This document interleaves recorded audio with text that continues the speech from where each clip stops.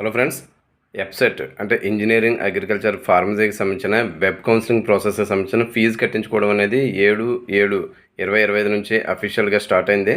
ఆ website link కూడా అందులో ఇచ్చాను, కమెంట్స్లో చూసి కన్ఫర్మ్ చేసుకోవచ్చు. అయితే మ్యాటర్ ఏంటంటే చాలామంది యూత్ ఈ ప్రాసెస్ మేము చేస్తాం కాబట్టి మన నేచర్ కంప్యూటర్స్ దగ్గర చాలామంది యూత్ అడుగుతున్నది ఏంటంటే సర్టిఫికేట్స్ అప్లోడింగ్, సర్టిఫికేట్స్ వెరిఫికేషన్ అంటే ఇప్పుడు అవ్వదా అని చెప్పి అడుగుతున్నారు. గుర్తుపెట్టుకోండి, ఇప్పుడు వెబ్ కౌన్సిలింగ్ ప్రాసెస్ అనేది ఎలా ఉంటుందంటే ఫస్ట్ ఆఫ్ ఆల్ మనం పేమెంట్ కట్టాలి. ఓసీ వాళ్ళకి, బీసీ వాళ్ళకి రూ. 1,230, అలాగే ఎస్సీ ఎస్టీ వాళ్ళకి రూ. 630 ఫీ ఉంటుంది. ఇది కూడా ఎఫ్సెట్ 2025లో ఎవరైతే క్వాలిఫై అయ్యారో వాళ్ళ యొక్క ఎఫ్సెట్ hall ticket number and date of birth తోటి లాగిన్ అయ్యి ఫీజు కట్టవలసి ఉంటుంది. ఫీజు కట్టే ప్రాసెస్లో మిమ్మల్ని మీకు రిజర్వేషన్ ఉంటే కనుక క్యాస్ట్ సర్టిఫికేట్, అలాగే ఈడబ్ల్యూఎస్ వాళ్ళు అయితే కనుక ఈడబ్ల్యూఎస్ సర్టిఫికేట్, అలాగే ఇన్కమ్ సర్టిఫికేట్లు, వీటికి సంబంధించిన డీటెయిల్స్ అడుగుతారు. కొన్నిసార్లు మీరు ఆ క్యాస్ట్, ఇన్కమ్, ఈడబ్ల్యూఎస్ సర్టిఫికేట్లు అప్లోడ్ చేయవలసి ఉంటుంది. కొన్నిసార్లు ఆటోమేటిక్గా వ్యాలిడేట్ కూడా అయిపోతుంది. సో ఏదేమైనప్పటికీ ఈ ప్రాసెస్ చేసి ఒక హెల్ప్ లైన్ సెంటర్ని సెలెక్ట్ చేసుకున్న తర్వాత మీకు ఏదైనా రాంగ్స్ ఉంటే కనుక ఏదైనా రాంగ్స్ ఉన్నాయని చెప్పి అక్కడ ఎంటర్ చేయండి.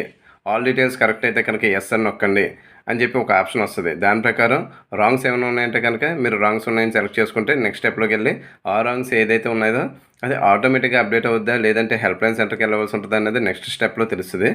అయితే సర్టిఫికేట్స్ అప్లోడింగ్ అంటే మీరు చదువుకున్న స్టడీ సర్టిఫికేట్స్ కానీ, లేదంటే మీ యొక్క ఇంటర్మీడియట్ సర్టిఫికేట్స్ కానీ కాదు.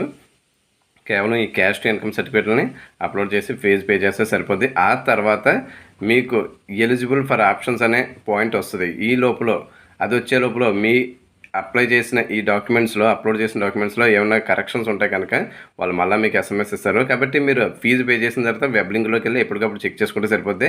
ఎప్పుడైతే ఆప్షన్స్కి ఎలిజిబిలిటీ వచ్చిందో మీరు ఆప్షన్ షెడ్యూల్ ప్రకారం మీరు సెలెక్ట్ చేసుకున్న కాలేజీలని, ఆప్షన్స్ని అందులో ఎంటర్ చేసి సబ్మిట్ కొట్టిన తర్వాత మీరు మీ ర్యాంకు, మీ రిజర్వేషన్ బట్టి సెలెక్ట్ అయిన తర్వాత మీకు ఫైనల్గా అలాట్మెంట్ ఆర్డర్ అనేది ఒకటి అలాట్ అవుద్ది.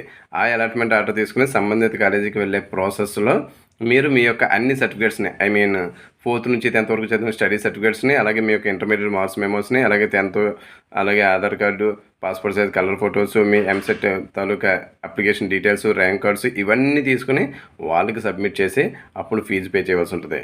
ఇది సర్టిఫికేట్ వెరిఫికేషన్ అంటే. సో అల్టిమేట్గా సర్టిఫికేట్ వెరిఫికేషన్ అనేది ఫైనల్గా అక్కడ జరుగుద్ది.